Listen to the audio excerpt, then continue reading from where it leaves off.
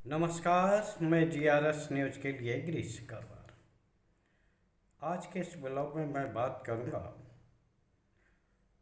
सुल्तानपुर के उस एनकाउंटर का जिसको कि लेकर राजनीतिक बयानबाजी बहुत जारी है। आप सभी लोग जानते हैं कि 28 अगस्त को दिन दहाड़े सुल्तानपुर के एक सराफा व्यवसायी के यहाँ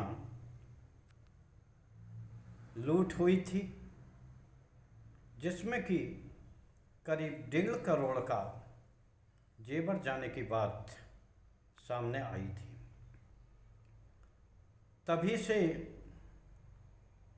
न सिर्फ उत्तर प्रदेश सरकार में खतबादाहट की स्थिति थी, क्योंकि दिन दहाड़े घटी इस घटना को लेकर न सिर्फ प्रदेश के कानून व्यवस्था पर सवालिया निशान उठ रहे थे, बल्कि विपक्षी दल समाजवादी पार्टी ने भी इस पर सवालिया निशान लगाते हुए पीड़ित सराफा व्यवसायी को मुआवजा देने की मांग की थी।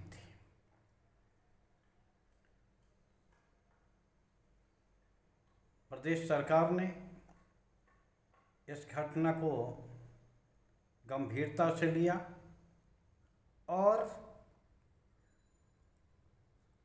अपराधियों की गिरफ्तारी के लिए पुलिस और एसटीएफ की संयुक्त टीम भी बनी।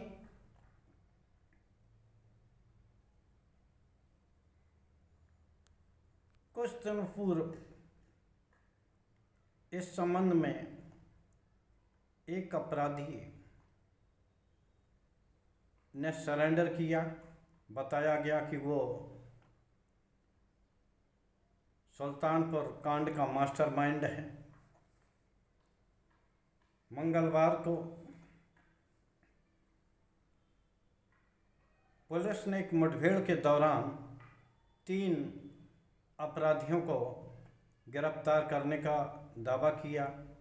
बताया कि ये भी सुल्तानपुर कांड में जुड़े हुए हैं। और आज जौनपुर के ही हिस्ट्री शीटर और 1 लाख के इनामी मंगेश यादव को पुलिस ने मुठभेड़ में मार गिराया।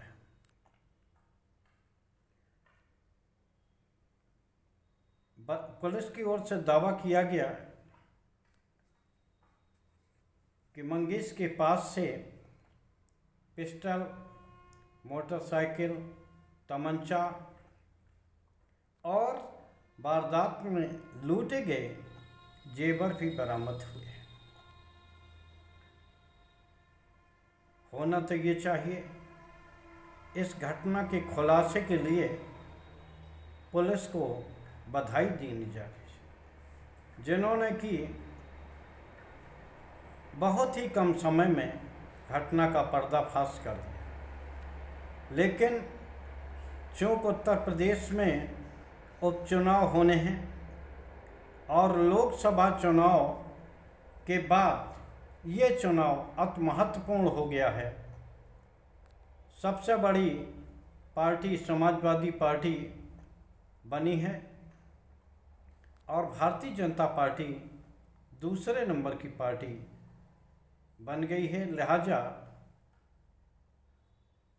कोई भी मौका अखिलेश यादव इस समय जाने नहीं देते कि जिस पर कि वो टीका टिप्पणी ना करते हो।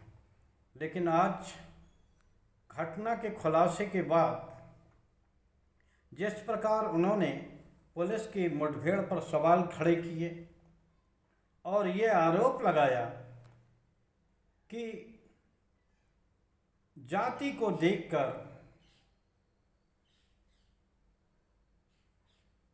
जान ली गई, यानी कि मंगेश की जान जात के कारण ही ली गई।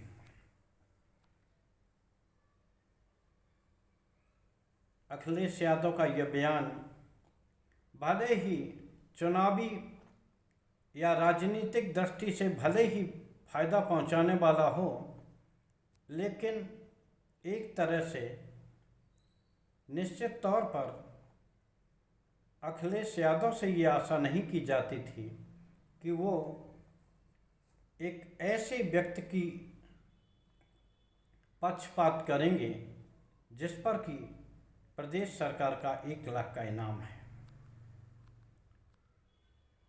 निश्चित तौर पर विपक्षी नेता होने के कारण अखिलेश यादव को पूरा अधिकार है कि न सिर्फ सरकार की जन विरोधी कार्रवाइयों पर सवाल खड़ा करे, बल्कि सरकार को भी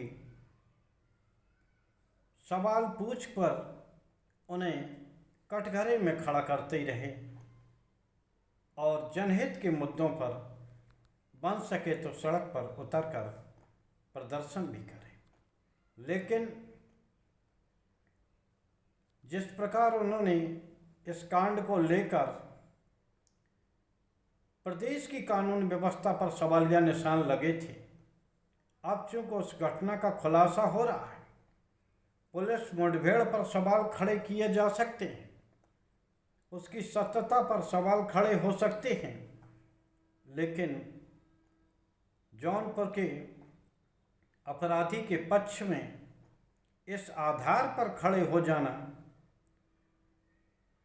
कि जात देखकर पुलिस कार्रवाई कर रही है, ऐसा लगता है कि अखिलेश यादव ने निश्चित तौर पर अपनी छवि को बट्टा लगाने का प्रयास किया।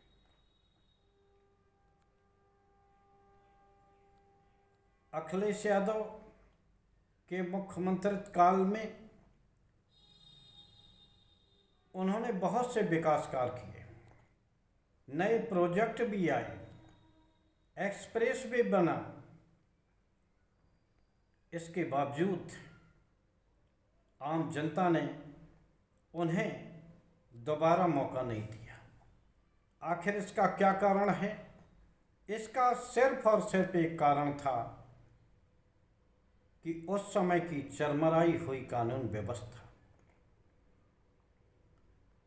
अभी भी मैं ये दावा नहीं करता हूँ कि प्रदेश में सब कुछ ठीक चल रहा या राम राज चल रहा है, लेकिन अभी भी आम जनता सपा सरकार की अपेक्षा भारतीय जनता पार्टी की कानून व्यवस्था को पूरे नंबर देती है। 2017 में सरकार बनाने के बाद और 2022 में भी तमाम परेशानियों के बावजूद अगर आम जनता प्रदेश की भारतीय जनता पार्टी को मत एवं समर्थन देती है, तो निश्चित तौर पर अखिलेश यादव को ये विचार करने की ज़रूरत है कि आखिर कमी कहाँ पर हो गई। इतनी परेशानी के बावजूद भारतीय जनता पार्टी के पक्ष में जनता का खड़ा हो जाना ये दर्शाता है कि जब भी कानून व्यवस्था की चर्चा होगी तो निश्चित तौर पर आम जनता सपा सरकार के दौरान के कानून व्यवस्था और भारतीय जनता पार्टी की कानून व्यवस्था में समानता जरूर करेगी और ये जरूर देखेगी कि किसके कार्यकाल में प्रदेश की आम जनता को राहत और सुरक्षा का एहसास हुआ है। मैं पूरी गारंटी नहीं लेता कि आखिर सब कुछ ठीक है।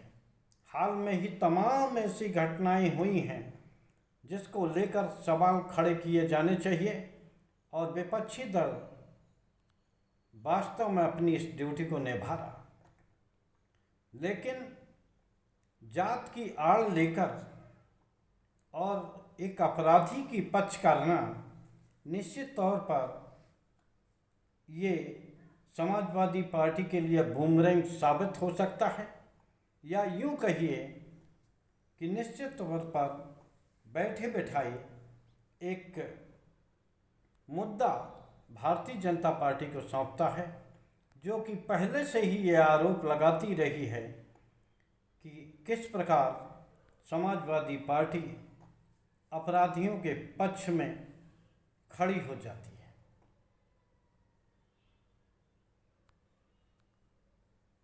पुलिस ने भले ही गुडवर्क के लिए झूठी कहानी गढ़ी हो, मंगेश को पकड़कर मारा हो, लेकिन इस समय